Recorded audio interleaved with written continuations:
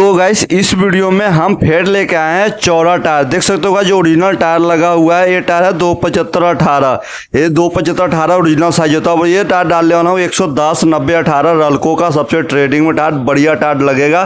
तो ये चीज़ हम आपको डाल के दिखाने वाला हूँ। देख सकते हो गाइस इस पर लिखा हुआ है 110/90/18, ये रल्को का टायर है। और देख सकते हो यहाँ पर कंपनी भी आपको दिखाई देता होगा। ये देख सकते हो रल्को टायर का जो प्रीमियम क्वालिटी है ना, सबसे बेस्ट क्वालिटी है, काफ़ी बढ़िया लुक है, काफ़ी बड़ा बड़ा गुडी है। तो जो ओरिजिनल टायर लगा हुआ था वो पतला था, अब इसमें हम बड़ा टायर डाल रहे हैं। ये हमारे पास स्प्लेंडर प्लस है, न्यू मॉडल का, तो सॉरी ये ओल्ड मॉडल का है। तो इसमें आपको फिटिंग करके सारा चीज़ आपको हम दिखाएंगे, तो वीडियो पूरा एंड तक देखना। अगर आप हमारे चैनल पर नए हो तो चैनल को प्लीज़ सब्सक्राइब करके नोटिफिकेशन ऑन कर लो। अगर ये वाला टायर आप खरीदना चाहते हो तो आपको यहाँ पे क्लिक भी दिखाई देता होगा, आप यहाँ से जाके खरीद सकते हो। फ्लिपकार्ट कंपनी से कोई रिफंड कर सकते हो, आपको बढ़िया पॉलिसी मिलेगा, प्राइस भी आपको सस्ता मिलेगा।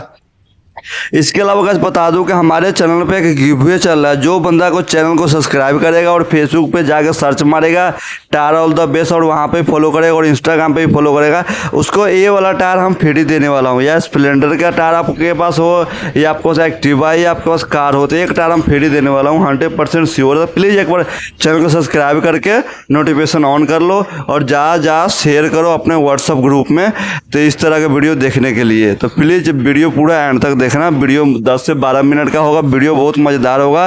कैसे फिटिंग होगा नहीं होगा सारा चीज़ हम आपको डिटेल में बताएंगे और इसका प्राइस भी बताएंगे, कैसे फिटिंग होगा, कैसे साथ में लगेगा, इसमें कितना माइलेज में फ़र्क पड़ेगा, सारा चीज़ आपको डिटेल में हम बताएंगे। तो प्लीज़ हमारे चैनल को ज़्यादा सब्सक्राइब करो, ज़्यादा शेयर करें प्लीज़।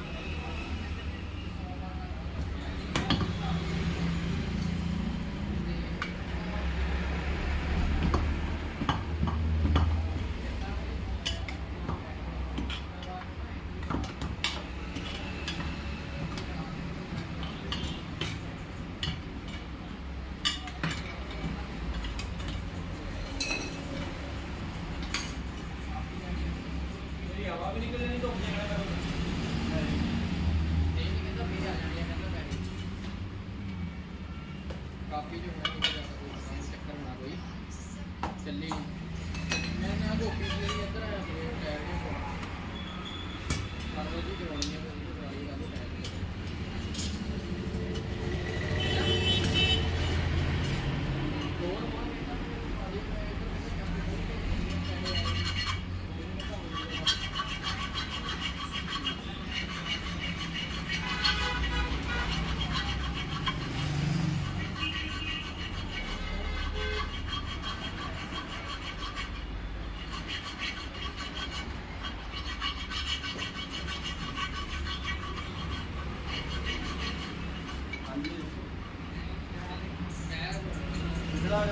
पिछला मोटा कि नॉर्मल?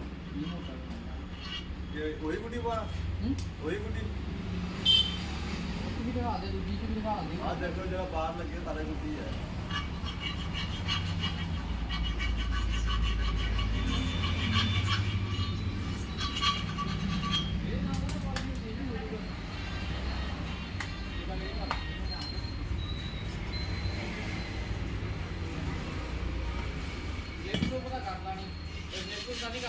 सिर्फ कोई भी नहीं करता, वो तो ऑफ रोड पे जा रहा है। नहीं वो भी आगे